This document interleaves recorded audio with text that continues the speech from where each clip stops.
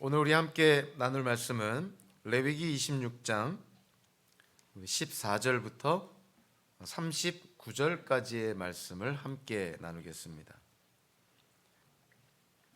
레위기 26장 14절부터 39절까지의 말씀입니다.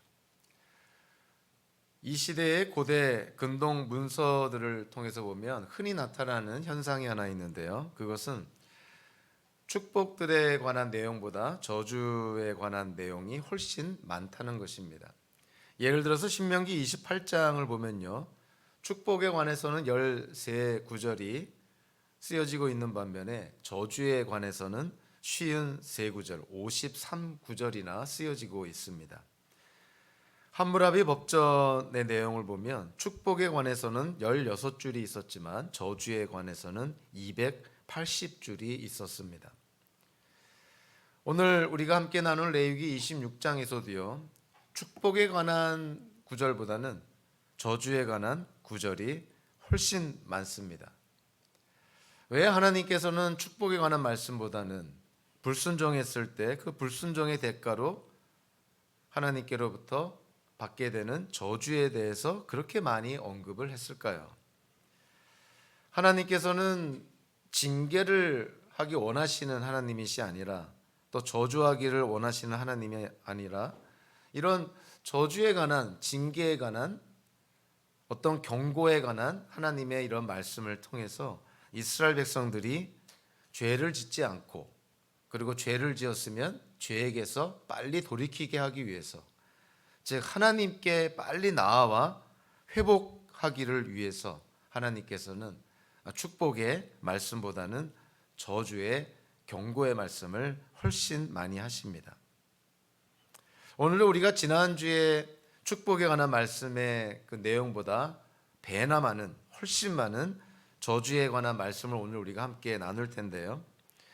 특별히 오늘 말씀을 통해서 불순종이 가져다주는 그런 대가에 우리가 주목을 하면서 우리가 매일의 삶 속에서 하나님의 말씀에 더욱 순종하는 삶을 살아야겠음을 우리가 함께 다짐하는 그런 귀한 시간이 되기를 바랍니다.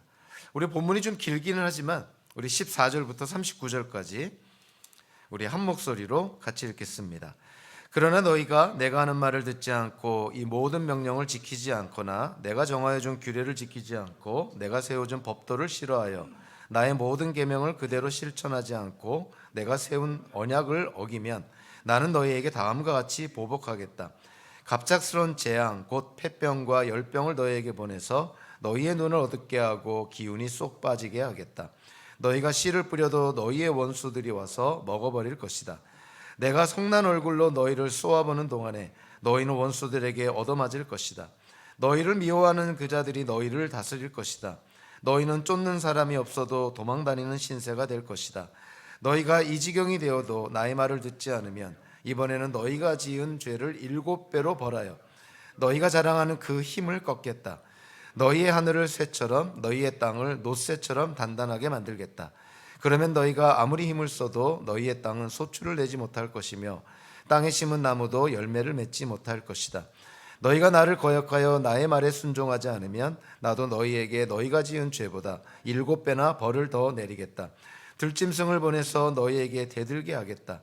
그 짐승들은 너희의 아이들을 움켜가고 너희의 가축대를 죽일 것이며 너희의 수가 줄어서 너희가 다니는 길도 한산할 것이다.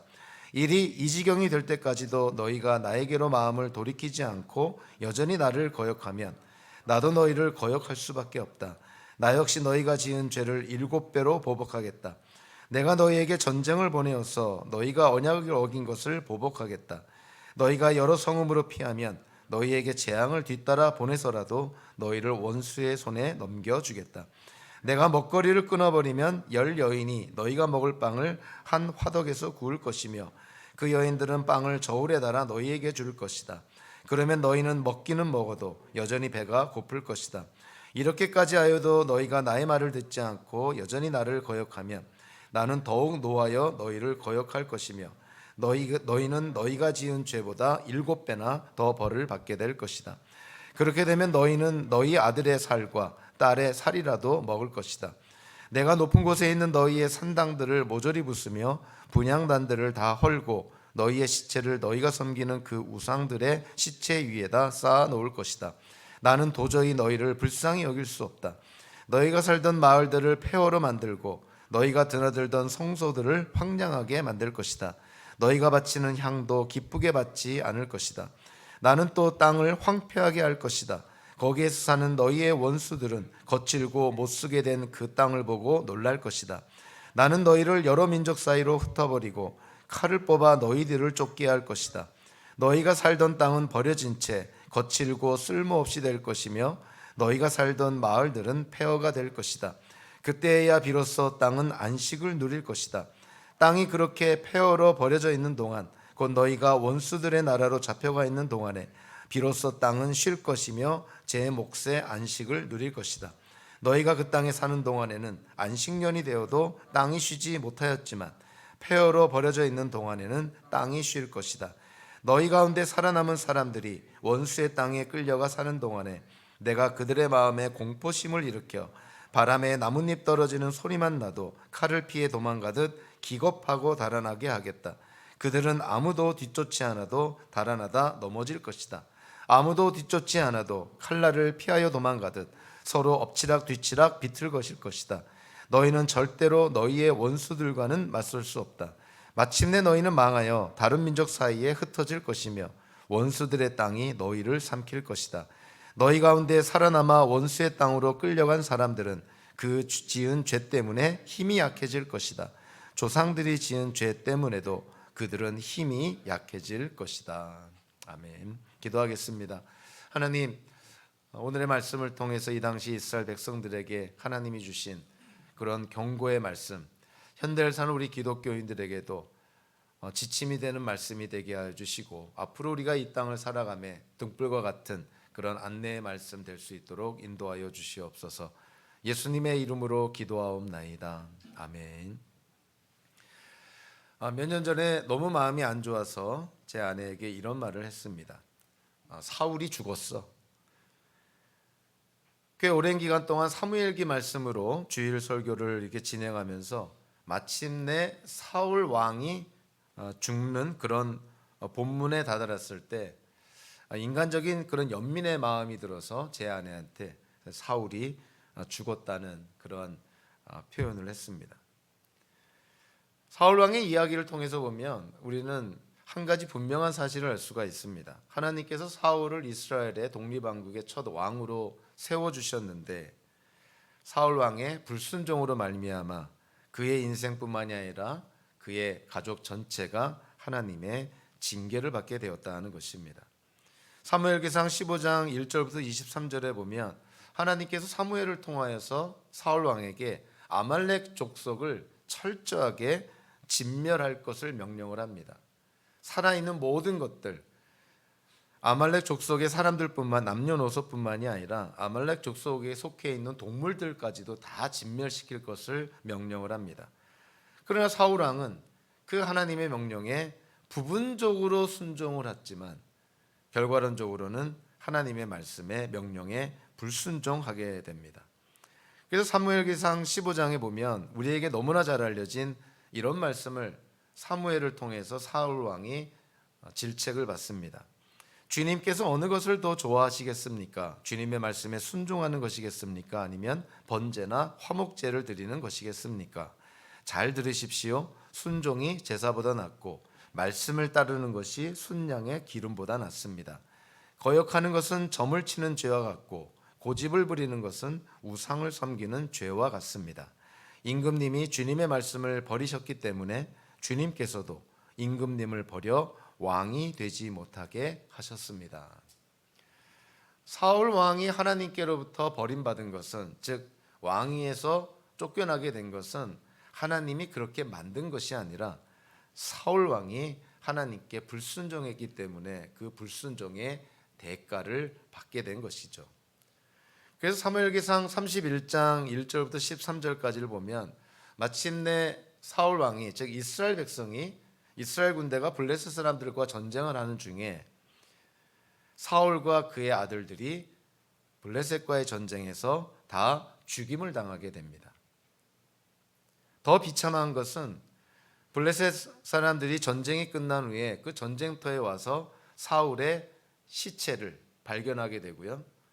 그 사울의 시신에서 사울의 목을 자르고 갑옷을 벗긴 다음에 이것을 블레셋 땅 모든 지역에 전령으로 이 소식을 전하게 되고, 그리고 아스다롯 신전에 사울의 갑옷을 보관하고 사울의 시신은 벳산 성벽에 매달아 두었다고 기록을 합니다.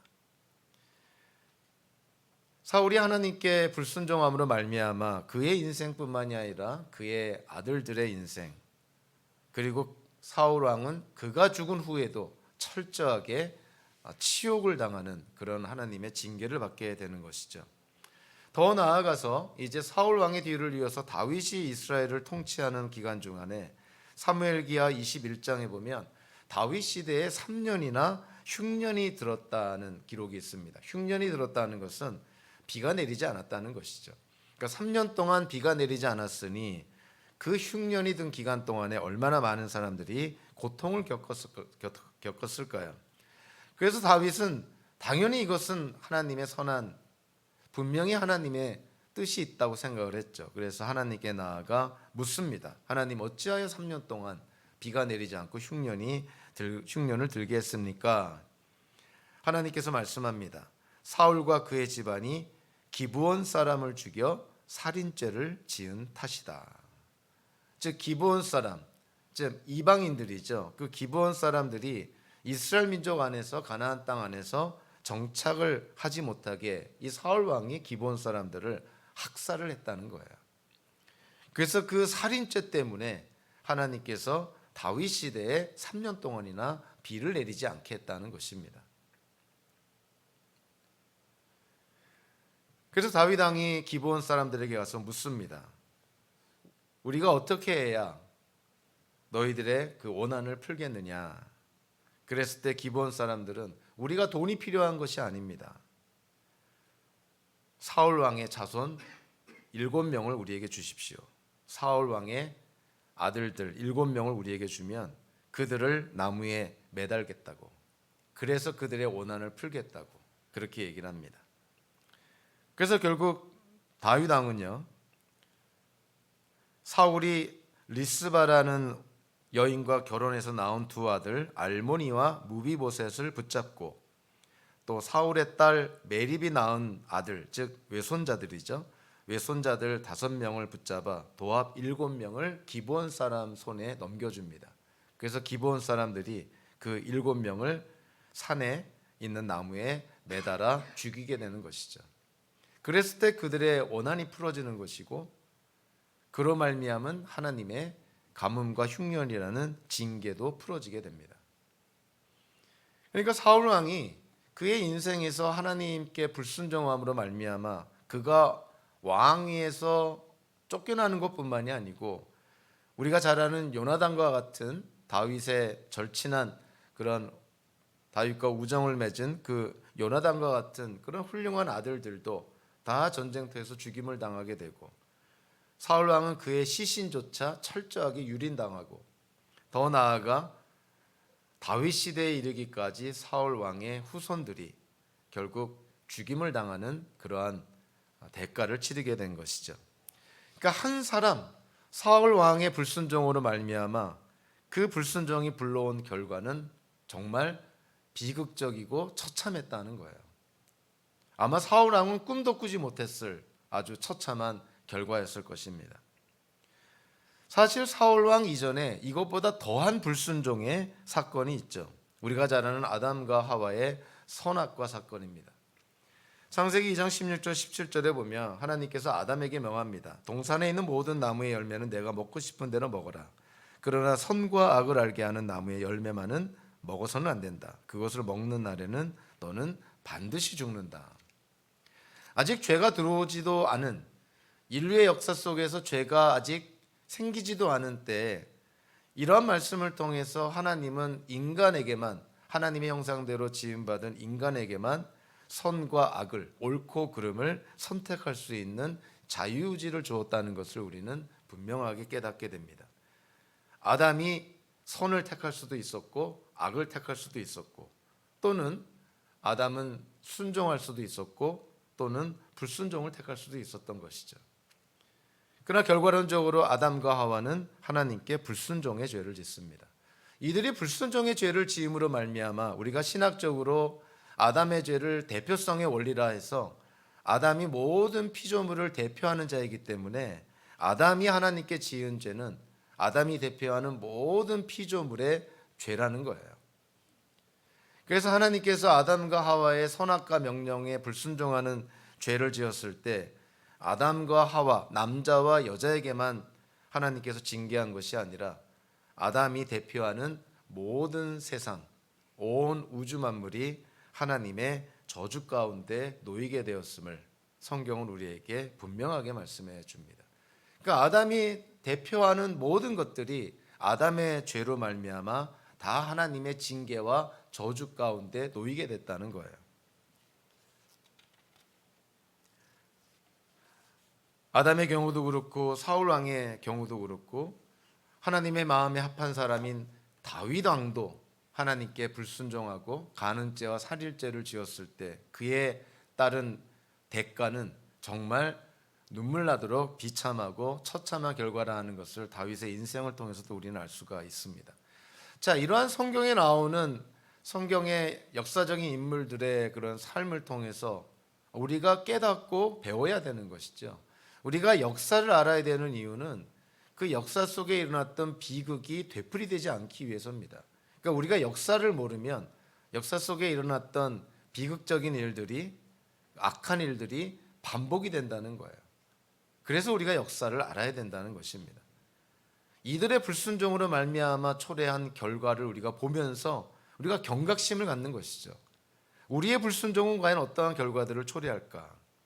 저와 여러분들이 하나님 앞에 불순종한 것이 있다면 그 불순종한 것에 대한 대가가 과연 무엇일까? 우리가 한번 심각하게 고민해 본 적이 있는지를 한번 돌아볼 필요가 있습니다.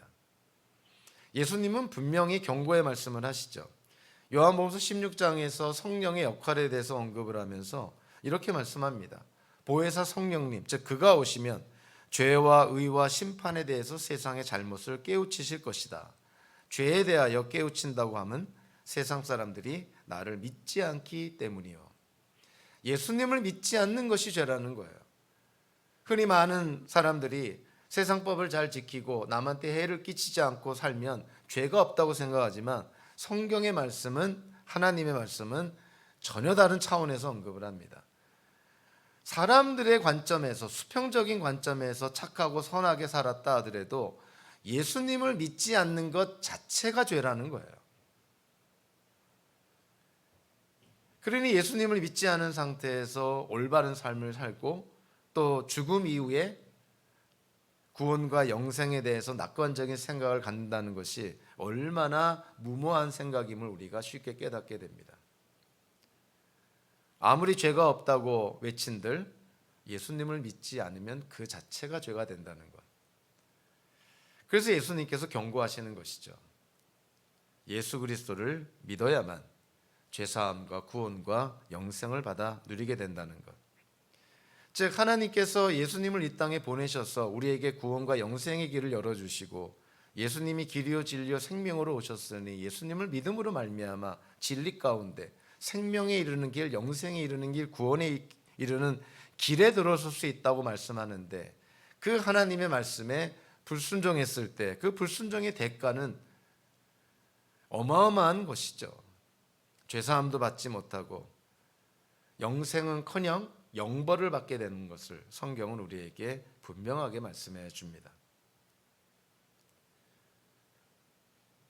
레위기 26장 1절부터 13절까지가 순종을 했을 때 하나님께로부터 어떠한 축복을 받을 것인가에 대한 내용이라면 오늘 보면 14절부터 39절까지 이 많은 내용을 들어서 하나님께 불순종했을 때 어떠한 징계와 저주를 받게 되는지를 언급을 합니다.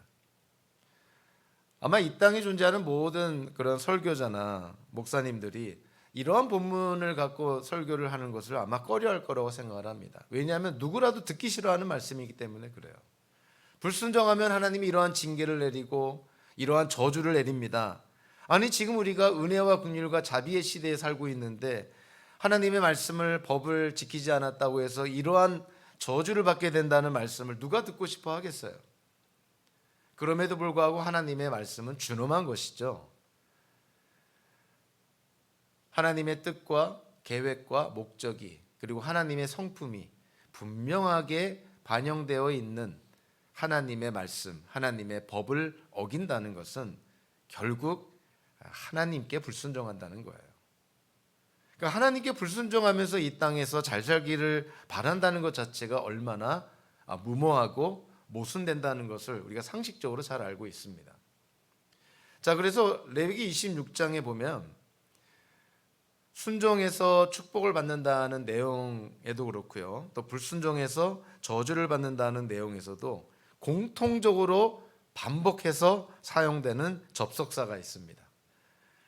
우리 지난주에도 언급을 했지만 예를 들면 레위기 23장 3절에 보면 너희가 내가 세운 규례를 따르고 내가 명한 계명을 그대로 받들어 지키면, 이렇게 가정을 하는 것이죠. 사실 히브리어 성경에 충실하게 번역하면 만일이라는 접속사가 제일 먼저 나오고요, 그거를 제일 먼저 번역을 해야 되죠. 만일 너희가 내가 명한 계명을 그대로 받들어 지킨다면, 그러면 13절까지 나오는 모든 축복을 내가 주겠다는 거예요.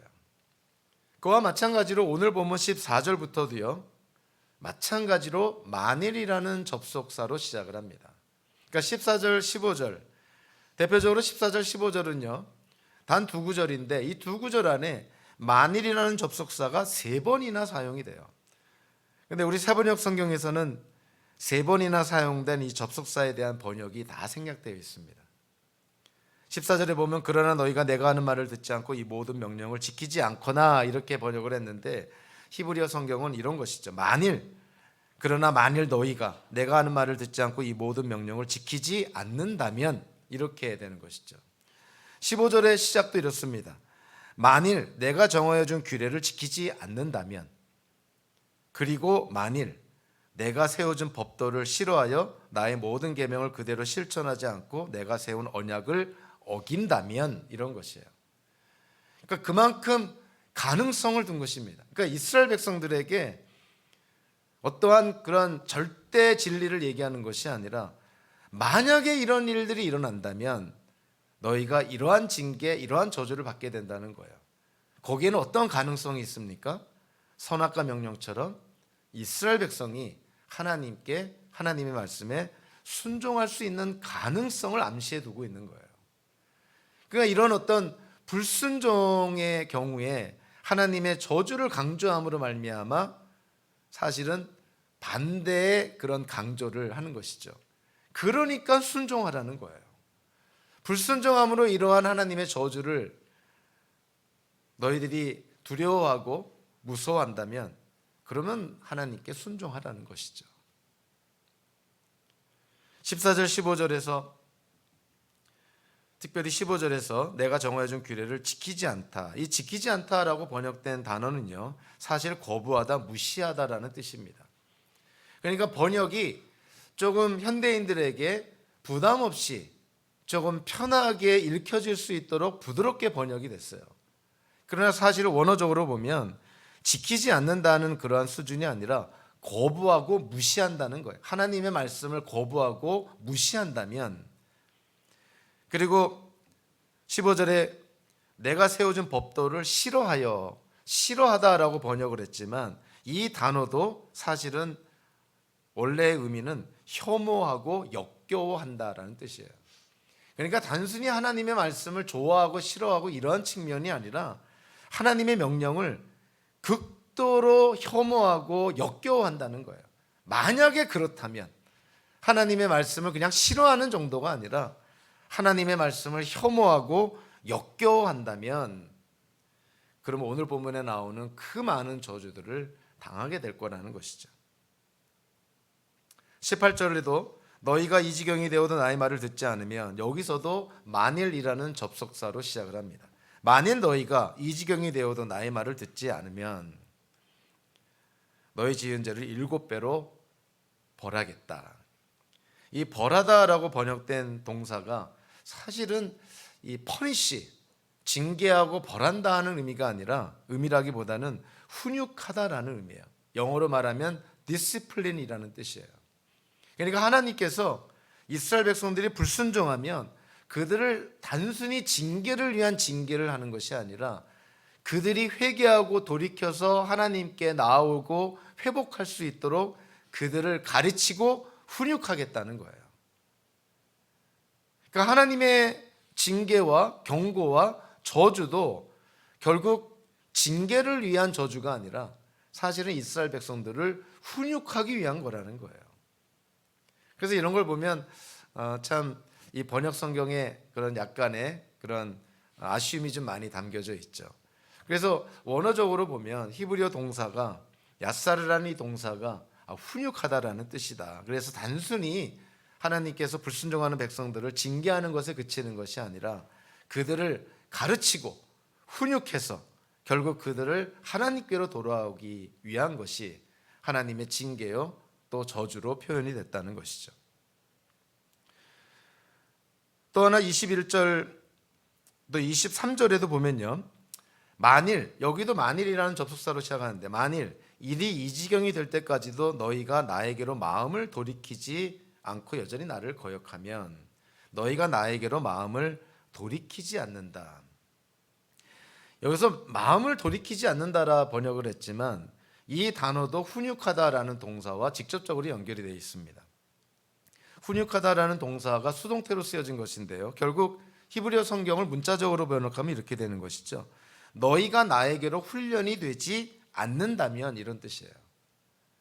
그러니까 징계와 저주를 통해서 하나님이 이들을 훈육하기 원하시는데 그 훈육이 잘 안 된다면, 그 훈련이 잘 안 된다면 하나님께서 벌을 더하겠다는 것이죠.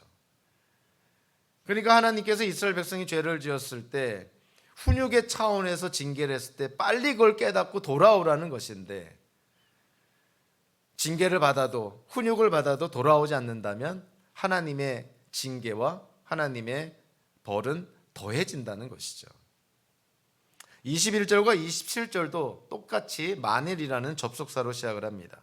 자, 21절에 보면 만일 너희가 나를 거역하며 나의 말에 순종하지 않으면 나도 너에게 너희가 지은 죄보다 7배나 벌을 더 내리겠다. 너희가 나를 거역하며, 또 27절에서도요, 만일 이렇게까지 하여도 너희가 나의 말을 듣지 않고 여전히 나를 거역하며, 이렇게 되어 있죠. 이 거역하다라는 말을 문자적으로 번역하면 너희가 나와 마주쳐 걷는다면, 우리가 하나님과 동행해야 되는데, 같은 곳을 바라보면서 하나님과 동행하는 삶을 살아야 되는데 하나님과 마주쳐 걷는다는 건 뭘 의미하는 것일까요? 하나님께서 가는 방향과 정반대 방향으로 간다는 거예요. 그러니까 이렇게 가는 것이죠. 이렇게. 그러니까 하나님께서 원하시는 삶과 정반대의 삶을 살아간다는 걸 의미를 해요. 너희가 나와 마주쳐 걷는다면, 나와 마주치면서 반대 방향으로 걷는다면 내가 너에게 7배나 벌을 더 내리겠다, 이렇게 말씀하는 것이죠. 그래서 레위기 26장에서 하나님의 저주를 받게 되는 이스라엘 백성들의 불순종의 어떤 그 정도를 가만히 들여다보면 그냥 단순히 그냥 불순종하는 그런 차원이 아니라 굉장히 정도가 강합니다. 그러니까 이스라엘 백성들이 하나님의 말씀을 혐오하고 역겨워한다든가, 그리고 훈련을 받았지만 훈련을 무시하고 하나님과 함께 걷는 그런 삶이 아니라 하나님과 마주쳐 반대 방향으로 그러한 삶을 거슬러 살아갈 때, 그럴 때 하나님의 징계와 저주가 임한다는 거예요. 특별히 21절과 27절에서 마주쳐 걷는다, 거역한다. 자, 이 말씀은 실제로 어떠한 하나님의 뜻과 정반대의 내용을 가리키냐면, 미가서 6장 8절에 보면요, 하나님이 미가 예언자를 통해서 그 당시 남유다 예루살렘 백성에게 이렇게 말합니다. 너 사람아, 무엇이 착한 일인지를 주님께서 이미 말씀하셨다. 주님께서 너에게 요구하시는 것이 무엇인지도 이미 말씀하셨다. 오로지 공의를 실천하며 인자를 사랑하며 겸손히 내 하나님과 함께 행하는 것이 아니냐. 행하다고 번역을 했지만 사실은 하나님과 함께 걸어가는 것이 아니냐, 이렇게 표현합니다. 오늘 본문에서는 이스라엘 백성들이 하나님과 마주쳐 걷는다고 했는데, 정반대 방향으로 걷는다고 했는데, 하나님이 원하시는 삶은 이스라엘 백성들이 하나님과 함께 걸어가는 것이에요. 그러니까 동행하는 것이죠. 같은 곳을 향해서 같은 목적을 바라보고, 좀 우리 인간적으로 표현하면 손에 손을 잡고 어깨 동무해서 그렇게 함께 동행하는 삶, 하나님이 그러한 삶을 원한다는 거예요. 근데 오늘 본문에 나오는 이스라엘 백성들의 불순종의 내용들은 그런 하나님의 뜻과는 정반대의 모습을 보여주는 것이죠. 하나님의 말씀을 혐오하고 역겨워하고 하나님의 훈련을 무시하고 하나님과 함께하는 삶이 아니라 하나님과 정면으로 마주치며 부딪히며 거스르는, 거역하는 삶을 살아갈 때, 만약에 그러한 삶을 산다면 그러한 불순종의 대가가 있다는 거예요. 오늘 본문도 학자들에 따라서는 이 불순종의 대가로 주어지는 하나님의 그런 저주가 뭐 4가지로 구분하기도 하고 5가지 또는 6가지로까지 구분하기도 하는데, 저는 지난번 순종할 때 받아 누리는 축복처럼 크게 3가지로 구분을 했습니다. 첫째로 불순종의 대가로 그들이 받게 되는 이스라엘 백성들이 받게 되는 하나님의 저주는 저는 결핍의 저주다라고 얘기를 했습니다. 순종할 때 받아 누리는 축복이 하나가 뭐였냐면 풍요의 축복이었죠. 그 풍요의 반대가 뭐겠어요? 결핍인 것이죠. 부족한 것입니다. 그래서 결핍의 대표성을 띠는 게 당연히 이 당시 가나안 땅에 그런 식량과 음식의 부족이라고 볼 수가 있죠. 그러니까 비가 내리지 않으면 당연히 그 땅에 기근이 들고 사람들은 굶주리게 될 것이죠. 그래서 결핍의 저주의 첫 번째 현상이라고 볼 수 있는 것이 가뭄과 기근과 굶주림이라고 볼 수가 있어요. 다 연결이 되어 있죠. 비가 내리지 않으면 기근이 들 수밖에 없는 것이고, 기근이 든다는 것은 그 땅에 사는 사람들이 굶주린다는 것이죠. 그러니까 하나님께 불순종했을 때 하나님이 하늘의 문을 닫아버리면, 철 따라 비를 내려주지 않으면 그 당시에 가나안 땅에 사는 사람, 그가 누군들 천하에 무슨 지혜가 있고 천하에 힘이 있다 한들 하늘에서 비가 내리지 않으면 방법이 없는 것입니다. 사람들은 굶주릴 수밖에 없는 것이죠. 그래서 19절과 20절에 보면 비유적으로 이렇게 말합니다. 하늘을 쇠처럼, 땅을 놋새처럼. 하늘이 쇠처럼 닫아진다는 거예요. 그러니까 비가 내리지 않으니까 땅이 어떻게 된다는 거예요? 놋새처럼 단단해진다는 거예요. 하늘이 쇠처럼 닫아지고 땅이 놋새처럼 단단해졌을 때 이스라엘 백성들이 할 수 있는 게 뭐가 있을까요? 아무것도 없습니다. 농사를 지은들, 과실수를 심은들, 동물을 키우려고 한들 아무런 열매를 맺지 못하는 것이죠. 더 나아가서 26절과 29절을 보면 이스라엘 백성들의 먹거리가, 즉 음식의 공급이 줄어들게 되고 음식이 부족하다는 것을 아주 생생하게 표현을 하고요. 극단적으로 29절에 보면 그들이 음식과 식량이 부족함으로 말미암아 어떤 현상까지 언급이 되냐면 너희가 너희 아들의 살과 딸의 살이라도 먹을 것이다. 참 상상하기 어려운 그러한 말씀을 합니다. 너희 자식들까지도 너희가 먹을 것이다. 이게 비유적인 표현이 아니라 실질적으로 그렇게 된다는 거예요.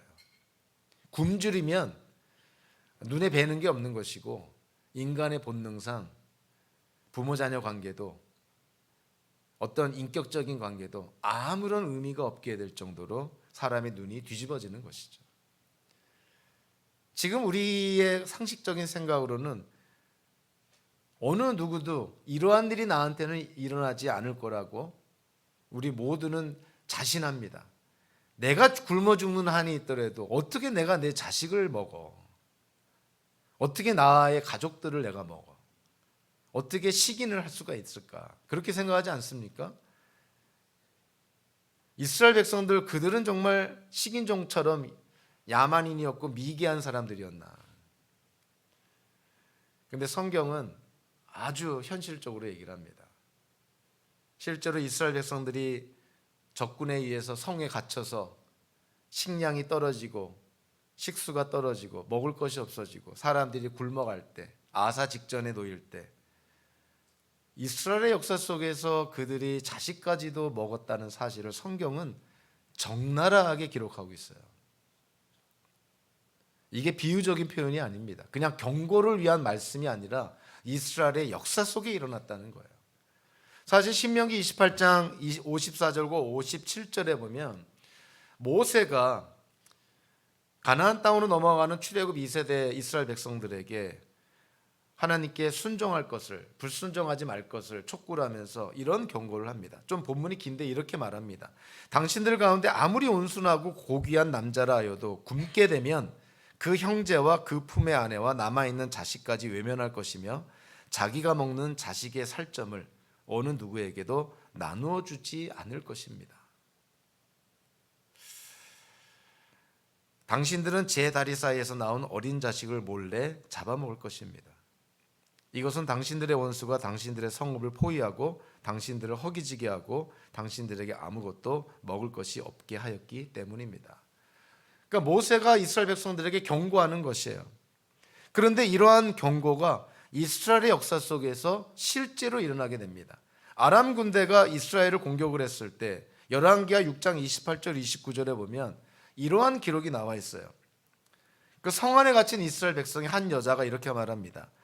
왕에게 하소연하는 것이죠. 며칠 전에 이 여자가 저에게 말하기를 내 아들을 내놓아라. 오늘은 내 아들을 잡아서 같이 먹고 내일은 내 아들을 잡아서 같이 먹도록 하자 하였습니다. 그래서 우리는 우선 제 아들을 삶아서 같이 먹었습니다. 다음 날 제가 이 여자에게 내 아들을 내놓아라. 우리가 잡아서 같이 먹도록 하자 하였더니 이 여자가 자기 아들을 숨기고 내놓지 않습니다. 이런 말을 하면서 왕에게 하소연을 하는 그런 내용이 열왕기하 6장이 기록이 되어 있는 거예요. 상상이 안 되죠. 현대에 사는 사람들에게는 야, 어떻게 이런 일이 일어날 수 있을까? 성경의 역사서는 특별히 언급된 부분이 아니라면 문자적으로 해석하는 것이 맞고요. 따라서 열왕기하의 이러한 내용은 이스라엘의 역사 속에서 실제로 일어났던 사건이에요.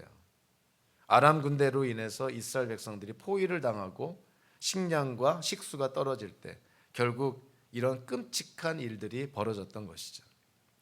근데 이러한 것은 이미 신명기에 이미 예언되어 있고 나중에 에스겔서나 예레미야서에서도 똑같은 내용들이 경고로 주어집니다. 그러니까 이스라엘 백성들이 하나님께 불순종한다고 한다면 이런 결과까지도, 이러한 대가를 치를 것까지도 생각하라는 거예요. 그러니까 우리는 결과를 생각하지 않고 현대사회에서도 불륜을 저지르는 사람들의 열이면 열이 그렇게 생각하잖아요. 다른 사람들은 다 바보여서 들통났지만 나는 들통나지 않을 거야. 나는 걸리지 않고 얼마든지 불륜할 수 있어. 그런 사람들 다 들통난다는 것 아니에요? 자, 그래서 누가 그런 얘기를 합니다. 불륜의 유혹을 받았을 때 만약에 불륜으로 인한 어떤 대가, 결과를 한번 생각해 보라는 거예요. 어떤 결과가 초래될까? 만약에 들통이 났을 때, 배우자가 알게 됐을 때 어떤 결과가 초래될지를 한번 생각해 보고 불륜에 대해서 불륜을 바라보라는 거예요. 그러면 좀 억제되지 않겠느냐 하는 거예요. 그러니까 하나님도 이스라엘 백성들에게 그런 것이죠. 너희가 나의 말에 불순종하려고 했을 때 그 불순종의 대가를 한번 생각해 봐라. 그 불순종의 대가가 어마어마하다는 거예요. 어마어마하다. 너희 자식까지도 잡아먹을 지경에까지 너희가 놓이게 된다. 그런 거 생각하면서 불순종의 유혹을 바라보라는 거예요. 자식을 위해서라도, 자손을 위해서라도 불순종의 유혹을 떨쳐버리고 하나님께 순종해야 되지 않겠느냐. 그러니까 사실 하나님의 말씀을 가만히 보면 부모가 하나님께 불순종한다는 것은 자기 자신의 인생뿐만이 아니라 자식들의 인생까지도 위기에 빠뜨리는 거예요. 그런 거 생각하면 하나님의 이러한 준엄한 경고의 말씀을 생각하면 하나님께 불순종하는 이 부모들은 정말 부모의 자격이 있나? 자녀들의 인생까지도 위기에 빠뜨리면서 하나님께 불순종하는 부모, 과연 그가 부모라고 할 수 있을까? 정말 우리가 심각하게 생각하지 않을 수가 없는 것이죠. 결핍의 저주에는요, 이런 가뭄과 기근과 굶주림뿐만이 아니라 질병과 죽음과에도 관계가 있습니다. 오늘 16절 전반부에 보니까 갑작스러운 재앙, 곧 폐병과 열병을 너희에게 보내서 너희 눈을 어둡게 하고 기운이 쑥 빠지게 하겠다. 그러니까 질병의 저주가 있고, 그리고 22절과 30절 그리고 38절과 39절에 보면 대량 학살 그리고 죽음이라는 저주까지도 하나님이 언급을 합니다. 그러니까 이스라엘 백성 너희들이 나의 말에 내 명령에 하나님의 규례에 불순종한다면 너희 안에 질병으로 말미암아 너희들이 어려움을 당할 뿐만이 아니라 들짐승으로 인해서 너희 자녀들이 다 죽게 될 것이고, 그래서 인구가 감소할 것이고, 그리고 전쟁의 패배에서 많은 사람들이 죽게 될 것이다. 그것이 불순종의 대가라는 거예요. 그것이 결핍의 저주로서 주어진다는 것이에요. 특별히 눈여겨볼 필요가 있는 것이 30절에 보니까 내가 높은 곳에 있는 너희의 산당들을 모조리 부수며 분향단들을 다 헐고 너희의 시체를 너희가 섬기는 그 우상들의 시체 위에다 쌓아놓을 것이다. 나는 도저히 너희를 불쌍히 여길 수 없다. 하나님께 불순종하는 그러한 사람들, 그들이 섬기는 우상들 위에다 그들의 시체를 쌓아두겠다는 거예요. 그러니까 수많은 이스라엘 백성들이 죽임을 당하게 될 것이다. 그들이 믿고 의지했던 우상들은 하등에 쓸모없는 무용지물이고 그 우상들 위에다가 너희의 시체가 쌓여지게 될 것이다. 하나님의 불순종의 대가는 이만큼 처참하다는 것이죠. 근데 여기서 우리가 좀 원어적으로 좀 눈여겨볼 필요가 있는 것이 30절에 우상들이라고 번역된 히브리어랑 레위기 26장 1절에서 우상이라고 번역된 히브리어가 다른 히브리어를 사용을 합니다. 그래서 왜 다른 히브리어를 사용을 할까? 강조되는 게 다르기 때문에 그래요. 26장 1절에서는요, 엘릴림이라는 히브리어가 사용이 되는데 이 엘릴림이라는 단어는 약하다라는 뜻에서 왔어요. 그래서 무가치하다는 걸 강조합니다. 그러니까 26장 1절에서 말하는 우상은 이스라엘 백성들이 섬기는 우상이 무가치하다는 거예요. 약하다는 거예요. 능력이 없는 무가치한 존재라는 것을 강조하기 위해서 엘릴림이라는 히브리어를 사용합니다. 그런데 오늘 본문 30절에서 우상들이라고 번역된 히브리어는요, 길룰림이라는 단어를 사용하는데 이 길룰림이라는 단어가 갈랄이라는 단어에서 왔는데 이 갈랄이라는 단어의 의미가 거름더미 혹은 똥이라는 의미를 갖고 있어요. 그러니까 30절에서 말하는 우상들, 이 길룰림이라는 단어가 가리키는 우상의 특징이 뭐겠어요? 더럽다는 거예요. 배설물과 같다는 거예요. 그러니까 좀 강조점이 다르죠. 1절에서는 우상들의 무가치함을 강조했다면 30절에서의 우상들은 더럽고 배설물과 같은 그러한 어떤 우상들을 강조를 합니다. 그러니까 어찌됐든 간에 이스라엘 백성들이 섬기는 우상들이라는 것은 무가치하고 더러운 것이라는 거예요. 그러니까 절대로 우상 숭배하면 안 된다는 거예요. 우상 숭배했을 때 하나님의 명령에 불순종하면 이스라엘 백성들이 섬기는 무가치하고 더러운 우상들 그 위에다가 이스라엘의 백성들의 시체가 쌓여지게 될 것이다. 이렇게 경고를 합니다. 불순종으로 인한 결핍의 저주에 이어서요, 두 번째는 폭력의 저주입니다. 17절과 22절에 보면 불순종하는 이스라엘 백성들이 두려워 떤다는 것을 강조합니다. 그들은 도망 다닐 것이고 들짐승에 의해서 그의 자손들이 죽게 될 것이고, 그러니까 두려움에 빠지는 것이죠. 이런 폭력의 저주에 또 빠질 수 없는 내용 중에 하나가 또 전쟁이라는 것이죠. 그래서 25절과 31절부터 33절에 보면 하나님께서 이스라엘 백성을 징계하는 그 통로 중에 하나가 뭐냐면 전쟁이에요. 이런 걸 보면 전쟁은 정말 세계 역사 속에서 극히 특히 예외적인 경우 빼놓고는 전쟁은 결코 하나님의 선하신 뜻과 목적을 이루는데 쓰임받는 도구는 아닙니다. 오히려 전쟁은 하나님의 징계의 수단으로 주어져요.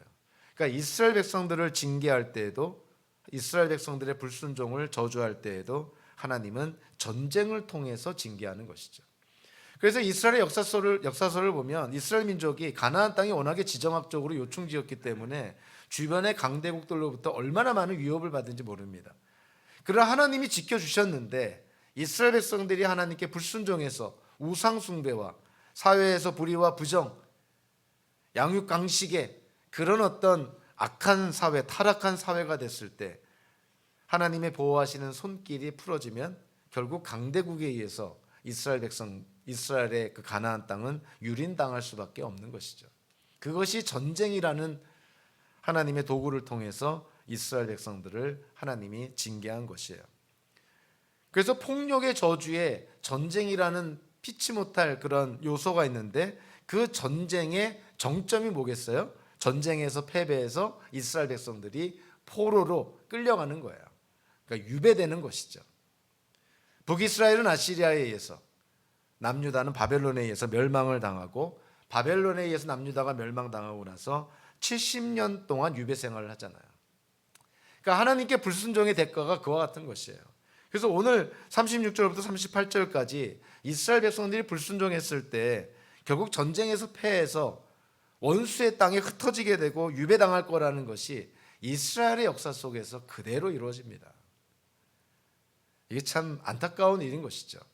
하나님은 그러한 일들이 일어나지 않기 위해서 이스라엘 백성들에게 경고하고 강조했는데, 그럼에도 불구하고 이스라엘 백성들은 그들의 역사 속에 하나님께 불순종의 대가인 유배라는 징계를 받게 된 것이에요.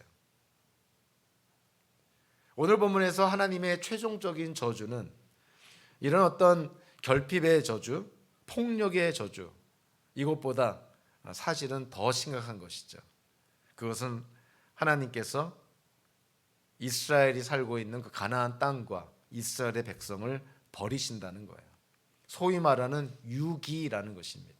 유기의 저주. 이전에 순종하면 하나님께서 이스라엘 백성에게 약속한 게 뭐예요? 내가 너희와 함께 하겠다. 내가 너희 안에서 함께 살겠다. 너희 안에 내가 성전이 되어주겠다. 임마누엘이 하나님을 약속했잖아요. 근데 이스라엘 백성이 하나님께 불순종하니까 어떻게 된다는 것입니까? 하나님이 이스라엘 백성과 가나안 땅을 버리겠다는 거예요. 유기의 저주, 버려진다는 것이죠. 그래서 오늘 보면 24절, 28절, 또 30절과 31절에 보면 하나님이 강조합니다. 너희들이 불순종하면 내가 너희를 거역할 수밖에 없다. 너희를 버릴 수밖에 없다는 거예요. 이스라엘 백성이 하나님과 언약을 맺었을 때 언약을 맺은 당사자들로서 책임이 있는 것이죠. 하나님에게도 책임이 있고 이스라엘 백성에게도 책임이 있는 것이죠. 이스라엘 백성이 언약 백성으로서 하나님께 해야 될 책임을 이스라엘 백성이 감당하지 않는다면 그 언약은 깨지는 것이에요. 그래서 결국 하나님께서 임마누엘의 하나님이 아니라 이스라엘을 버리시는 유기의 저주를 내리게 되는 것이죠. 그런데 역설적으로 보면은 이스라엘 백성들이 하나님께 버림받아서 결국은 바벨론 지역, 메소포타미아 지역에 70년 동안 유배 생활을 가게 됐을 때 아이러니하게도 이스라엘 백성들이 살았던 땅은 안식을 누리게 됩니다. 이게 참 아이러니하죠. 34절과 35절에 보면 이스라엘 백성들이 레위기 25장의 안식년과 희년에 나와 있는 그 하나님의 율법을 이스라엘 백성들이 잘 지켰어야 됐어요. 그래서 7년마다 하나님의 땅, 가나안 땅, 하나님이 주인으로 계시는 그 가나안 땅이 안식을 누려야 되는데 이스라엘 백성들이 그 안식년의 율법을 제대로 지키지 않습니다. 그러니까 이스라엘 백성들의 욕심 때문에 가나안 땅이 쉬지를 못한 거예요. 안식을 못한 거예요. 그래서 이스라엘 백성들이 불순종의 대가로 전쟁에서 패배해서 결국 바벨론 지역에 70년의 유배 생활을 당할 때 오히려 이스라엘 백성들이 거주했던 가나안 땅은 그 70년이라는 안식년을 누리게 된 거예요. 이게 참 아이러니하죠. 그러니까 이스라엘 백성이 안식년의 율법을 7년마다 제대로 지켰다면 이스라엘 백성도 하나님의 축복을 받고 하나님께서 주인으로 있는 그 가나안 땅도 7년마다 안식을 누리게 되고, 그러니까 이거는 정말 그 하나님의 축복을 받는 지름길이었죠. 근데 이스라엘 백성이 안식년의 율법을 지키지 않음으로 말미암아 이스라엘 백성도 하나님께 불순종하고 가나안 땅도 안식을 누리지 못하고, 그래서 결국 하나님께서 내리신 결정이 뭡니까? 이스라엘 백성들을 유배시키는 것이죠. 그 땅에서 다 쫓아내버리는 거예요. 성경의 표현대로 한다면 하나님이 가나안 땅에서 이스라엘 백성들을 다 토해버린 거예요. 그래서 이스라엘 백성들이 70년 동안 유배 생활할 때 오늘 보면 34절과 35절에 보면 이렇게 말하고 있죠. 너희가 그 땅에 사는 동안에는 안식년이 되어도 땅이 쉬지 못하였지만 폐허로 버려져 있는 동안에는 땅이 쉴 것이다. 그러니까 땅이 쉬어야 될 때 쉬지 못하니까 하나님께서 강제적으로 이스라엘 백성들을 유배시키면서까지 가나안 땅에 안식을 줬다는 거예요. 그러니까 하나님께 이스라엘 백성이 불순종한 대가가 이게 우리가 생각하는 이상의 그런 차원으로 주어집니다. 역대지하 36장 21절에 보면 에스라가 이렇게 기록을 하죠. 그리하여 주님께서 예레미야를 시켜서 땅이 70년 동안 황폐하게 되어 그동안 누리지 못한 안식을 다 누리게 할 것이다 하신 말씀이 이루어졌다. 예레미야 예언자를 통해서 남유다가 70년 유배 생활을 간다는 것인데 에스라가 거기에 대해서 이렇게 말한 거예요. 땅이 70년 동안, 즉 이스라엘 백성들이 70년 유배 생활하는 동안에 땅이 황폐화되는데 그 황폐화되는 시간 동안 땅은 안식을 누리게 된다는 것이죠. 그러니까 이스라엘 백성의 불순종으로 말미암아 이스라엘 백성은 70년의 유배 생활을 겪게 되지만 아이러니하게도 이스라엘 백성이 살고 있던 가나안 땅은 이스라엘 백성 때문에 누리지 못한 안식을 70년 동안 누리게 된다는 거예요. 오늘 본문을 통해서 우리는 이스라엘이 불순종함으로 말미암아 하나님께 짓는 죄악 5가지 우리가 이렇게 한번 정리해 볼 수가 있습니다.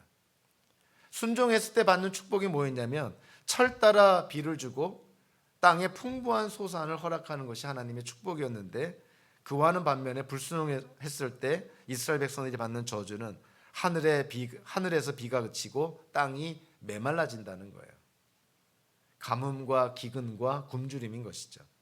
두 번째로 하나님께 순종했을 때 들짐승의 위험이 사라진다고 약속하고 있는데 오늘 본문에서 보면 하나님께 불순종하니까 들짐승들이 나라에서 들끓어서 가축을 잡아먹는 것뿐만이 아니라 자녀들까지도 해쳐서 인구가 한산해졌다. 이렇게까지 얘기를 합니다. 하나님께 순종하면 칼의 위협, 전쟁의 위협이 사라지고 적들이 패배할 것이라고 약속하고 있는데 하나님께 불순종하니까 적들이 침략해서 가나안 땅이 유린되고 이스라엘 백성들은 힘없이 패배하여 유배 생활을 하게 된다는 것이죠. 네 번째로 하나님께 순종하면 자손이 번성하고 국가가 창대해진다고 약속하고 있는데 하나님께 불순종함으로 말미암아 전쟁과 기근, 들끓는 맹수로 인해서 나라는 망하고 인구는 급감할 것이다. 다섯 번째, 하나님께 순종했을 때 이스라엘 백성 안에 하나님께서 성전을 세워서 하나님이 그들의 하나님이 되고 이스라엘 백성들은 하나님의 백성이 된다고 약속하고 있는데 오늘 본문을 통해서 보니까 이스라엘 백성이 불순종하면 어떠한 대가를 치른다고요? 이스라엘 백성들이 하나님께 드리는 예배를 하나님은 더 이상 받지 않는다. 더 이상 이스라엘 백성의 하나님이 되어주지 않겠다. 이스라엘 백성 안에 하나님이 세웠던 성전을 거두고 이스라엘 백성에게서 하나님께서 떠나겠다. 즉 이스라엘 백성을 버리겠다라고 그렇게 저주하십니다. 이 불순종의 대가를 생각한다면 정말 우리가 최선을 다해서 하나님께 순종해야 됨을 우리가 다시 한번 깨닫게 되죠. 아담과 하와가 선악과의 명령에 불순종합니다. 그 대가를 인류 역사가 대대로 지금 치르고 있는 셈이죠. 가나안 땅에서 광야에서 이스라엘 백성이 불순종한 것, 그리고 가나안 땅에서 이스라엘 백성이 불순종한 그 대가, 이스라엘 백성이 그 자손 대대로 이스라엘 역사 속에서 치르게 됩니다. 놀라운 것은 첫 아담이 선악과 명령에 불순종한 대가, 그리고 광야에서 이스라엘 백성이 불순종하고 가나안 땅에서 이스라엘 백성이 불순종한 그 대가를 놀랍게도 예수님께서 대신 치르셨다는 거예요. 예수님께서 그 모든 불순종의 죄값을 예수님께서 속죄 제물이 되심으로 말미암아 화목 제물이 되심으로 말미암아 그 불순종의 대가를 대신 다 치르셨다는 거예요. 자, 그렇기 때문에 현대를 사는 우리가 예수 그리스도를 믿기만 한다면 이제는 그 불순종의 대가를 우리가 치르지 않게 되었다는 거예요. 그래서 오히려 예수님을 믿음으로 말미암아 하나님 우리에게 약속을 합니다. 이제는 불순종의 대가로 결핍의 저주를 우리가 받는 것이 아니라 예수 그리스도를 통해서 우리가 풍요로움을 누리게 됐다는 거예요. 그래서 요한복음서 10장 7절 10절에서 예수님께서 문의 비유를 얘기하면서 이렇게 언급을 합니다. 내가 진정으로 진정으로 너희에게 말한다. 나는 양이 드나드는 문이다. 먼저 온 사람은 다 도둑이요 강도이다. 그래서 양들이 그들의 말을 듣지 않는다. 나는 그 문이다. 누구든지 나를 통하여 들어오면 구원을 얻고 드나들면서 꼴을 얻을 것이다. 도둑은 다만 훔치고 죽이고 파괴하려고 오는 것뿐이다. 나는 양들이 생명을 얻고 또 더 넘치게 얻게 하려고 왔다. 예수 그리스도를 믿음으로 말미암아 이제는 불순종의 대가로 결핍의 저주를 우리가 받는 것이 아니라 예수님 때문에 오히려 풍요로움의 축복을 받게 되었다는 거예요. 그리고 예수님 때문에 불순종의 대가로 폭력의 저주를 받는 것이 아니라 예수 그리스도 때문에 우리가 평화를 누리게 되었노라. 요한복음 14장에 보니까 나는 평화를 너희에게 남겨준다. 나는 내 평화를 너희에게 준다. 내가 너희에게 주는 평화는 세상이 주는 것과 같지 않다. 너희는 마음에 근심하지 말고 두려워하지도 말아라. 예수 그리스도로 말미암아 우리가 평화를 누리게 되었다는 거예요.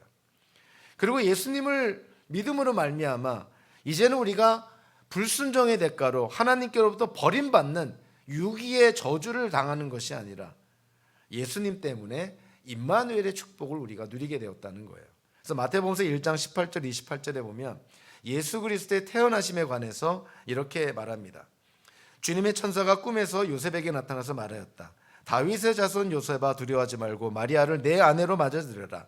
그 태중에 있는 아기는 성령으로 말미암은 것이다. 마리아가 아들을 낳을 것이니 너는 그 이름을 예수라고 하여라.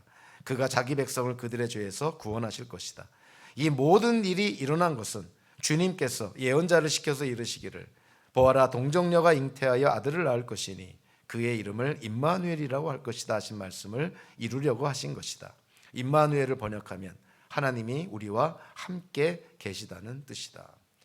불순종의 대가로 이스라엘 백성들이 결핍의 저주와 폭력의 저주와 유기의 저주를 당했어야만 했다면 예수 그리스도를 믿는 기독교인들은 이제 불순종의 대가로 그러한 저주를 받는 것이 아니라 예수님께서 그 불순종의 대가를 다 치르셨기 때문에 예수 그리스도의 속죄 제물에 힘입어서 우리는 다시 평화로움과 풍요로움과 임마누엘의 하나님을 누리게 되었다는 거예요. 그래서 저와 여러분들이 이렇게 예수 그리스도를 믿음으로 받게 되는 이러한 축복을 기억을 하면서 그럼에도 불구하고 우리가 일상을 살아갈 때 하나님의 말씀에 순종함으로 모든 일에 하나님의 영광을 돌리시는 저와 여러분들 되시기를 주님의 이름으로 축원합니다. 기도하겠습니다. 사랑의 하나님 감사합니다. 이스라엘 백성이 불순종의 대가를 치를 수밖에 없었지만 예수 그리스도를 믿는 우리 모든 성도들은 예수님 때문에 다시금 풍요로움과 평화로움과 하나님의 함께 하심이라는 축복을 누리게 되었습니다. 이러한 축복을 기억하면서 매일의 삶 속에 순종을 통해 하나님과 동행하며 하나님께 영광을 돌리는 우리 모두의 삶이 될 수 있도록 인도하여 주시옵소서. 예수님의 이름으로 기도하옵나이다. 아멘.